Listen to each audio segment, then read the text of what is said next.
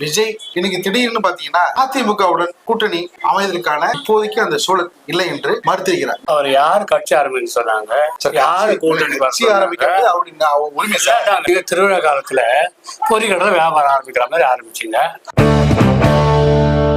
தமிழ்நாட்டு மக்கள் நோட்டுக்கு விலை போன ஓட்டாளிகள் ஆயிட்டாங்க.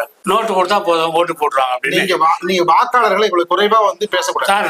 பிராக்டிக்கலா நான் பார்த்தவங்க சார். மக்கள் நோட்டு வாங்க நீங்க பாத்தீங்களா? நானே பார்த்தேன் சார். நானே பல இடத்துல இது பண்ணிருக்கிறேன். ஆதாரம் ஆதாரம் ஆனா கண்டால பாத்துறேன். இவங்க வருவாங்க, நோட்டு கொடுப்பாங்க அப்படின்னு நாங்க கேமரா பார்க்க முடியுங்க.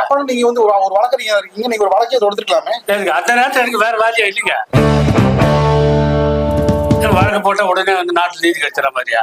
இது வரைக்கும் எந்த எலெக்ஷன் கமிஷன் ஆகுது பல கோடி ரூபாய் பிடிச்சதை பத்தி அவங்கள கேஸா போட்டு நிரூபிச்சு டிஸ்குவாலிஃபை பண்ணிருக்காங்க. இன்னைக்கு மக்கள் திருந்தணும் சார். ஜனநாயக நாட்டுல கட்சி ஆரம்பிக்கிறதுங்கிறது